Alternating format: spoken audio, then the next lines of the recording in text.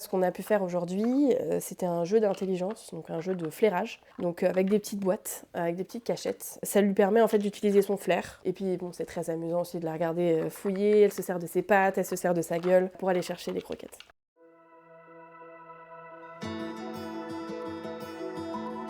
Je suis Véronique, j'ai 34 ans, je suis mariée, j'ai une petite fille. Et Mila est entrée dans ma vie il y a 5 ans. Mila, elle a 5 ans et demi. On l'a eue quand elle avait 7 mois. Elle vient de refuge. Elle a été trouvée errante dans la rue.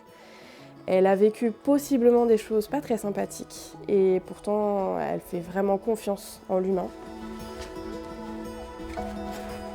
Moi et mon mari. On était tous les deux bénévoles en association. On aimait beaucoup les chiens. Et on avait comme projet d'adopter. On voulait vraiment adopter en refuge. On avait trouvé un super chien qu'on pensait qu'il pourrait nous correspondre. Et en fait, pas du tout. On n'avait pas le profil qu'il fallait. Et puis, c'était un peu le coup du destin en fait, parce que dans un petit box pas très loin, il y avait une petite chienne de 7 mois qui était arrivée la veille, qui était un petit peu traumatisée. Et puis, ils nous l'ont présentée. Et puis là, coup de foudre. Ils ont ouvert sa porte, moi j'ai fondu instantanément. Elle était toute petite, toute mignonne, et puis surtout, dès qu'elle est sortie, elle est venue directement sur moi. Elle m'a léché le visage, elle était vraiment collée contre moi et elle voulait plus me quitter. Et moi, je pouvais pas repartir sans elle.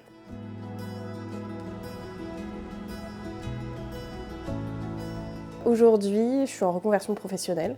J'ai travaillé pendant 10 ans dans une grande maison de mode. Ça me plaisait beaucoup, c'était vraiment un métier passion. En revanche, c'était une vie à 100 à l'heure. Je m'arrêtais jamais, je bossais énormément. Je prenais plus le temps de vraiment profiter des choses au quotidien. C'est vraiment très récemment que j'ai décidé de changer de vie. Au début, on s'habituait juste à vivre ensemble. Moi, je découvrais les responsabilités d'avoir un chien, les bonheurs d'avoir un chien. Et en fait, au fur et à mesure des années, j'ai vraiment découvert tout un tas de petites choses qui m'ont fait comprendre que finalement je n'étais plus tout à fait alignée. Et donc c'est là, en 2025, vraiment là très récemment, que je me suis rendu compte que je pouvais changer de vie. Mila est très sensible et elle a eu des gros soucis au début de réactivité avec des congénères, avec d'autres humains. On a vraiment vu qu'elle avait un gros problème de sociabilisation quand elle était très jeune et c'était très dur à rattraper. Et du coup, j'ai vraiment beaucoup travaillé avec elle pour l'apaiser et l'aider à mieux appréhender le monde autour d'elle en fait. Et donc du coup, en passant ce temps avec elle, on a créé un lien encore plus fort. Et surtout, je me suis rendu compte de tout ce qui doit rentrer en compte dans le bien-être du chien. Mila m'a aidée à comprendre ce qui me ferait vraiment du bien.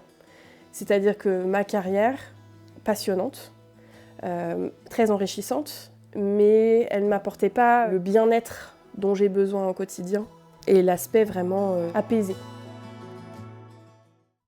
Dans ma carrière pro, je m'arrêtais jamais. J'étais fatiguée tout le temps, je faisais toujours quelque chose et j'étais toujours en recherche du prochain projet, du prochain week-end. J'allais très vite. Avec elle, elle a besoin aussi d'une certaine stabilité et du coup, la stabilité que je lui ai apportée, je me la suis apportée à moi aussi.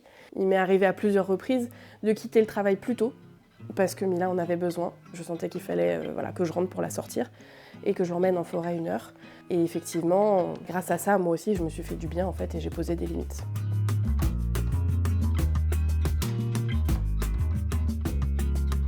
Et le fait de changer de priorité dans mon état d'esprit et de parfois laisser un petit peu la vie pro de côté, parfois prendre son temps, réfléchir, profiter des petits instants, juste la regarder courir et de regarder les papillons, voilà.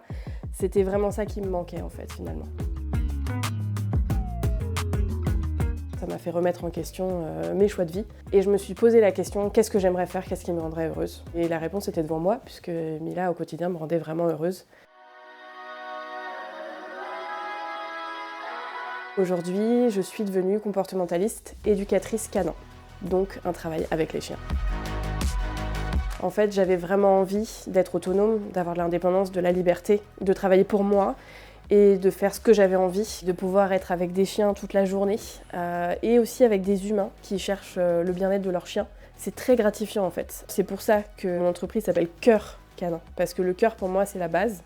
Et c'est vraiment mon objectif, c'est de donner des outils, mais avec le cœur. Donc vraiment d'aider la relation humain-chien. Et donc, il faut les rencontrer avec de l'empathie, avec de la bienveillance, et surtout avec aucun jugement. Il faut juste accueillir la personne comme elle est et lui proposer les outils adéquats dans la bienveillance. C'est vraiment mon mot d'ordre.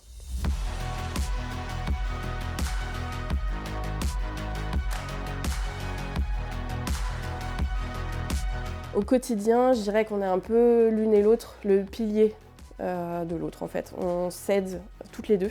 Elle m'apporte énormément d'affection. J'essaie de lui en apporter beaucoup aussi. Et puis elle est très présente, elle est très calme et aussi c'est une chienne ultra sensible, donc elle comprend tout ce que je vis, tout ce que je ressens. Et du coup c'est vraiment un aide précieux au quotidien parce que quand les émotions débordent, finalement elle me ramène au calme. Ça fait mon doigt ça.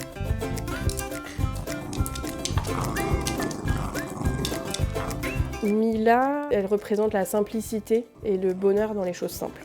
Je vais prendre l'exemple de ma fille qui rigole quand Mila secoue une corde très fort et saute dans tous les sens.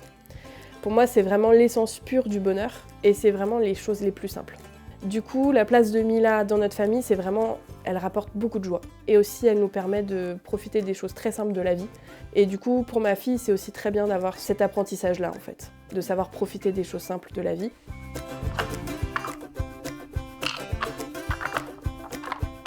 Donc pour le bien-être de Mila, je lui donne plusieurs activités.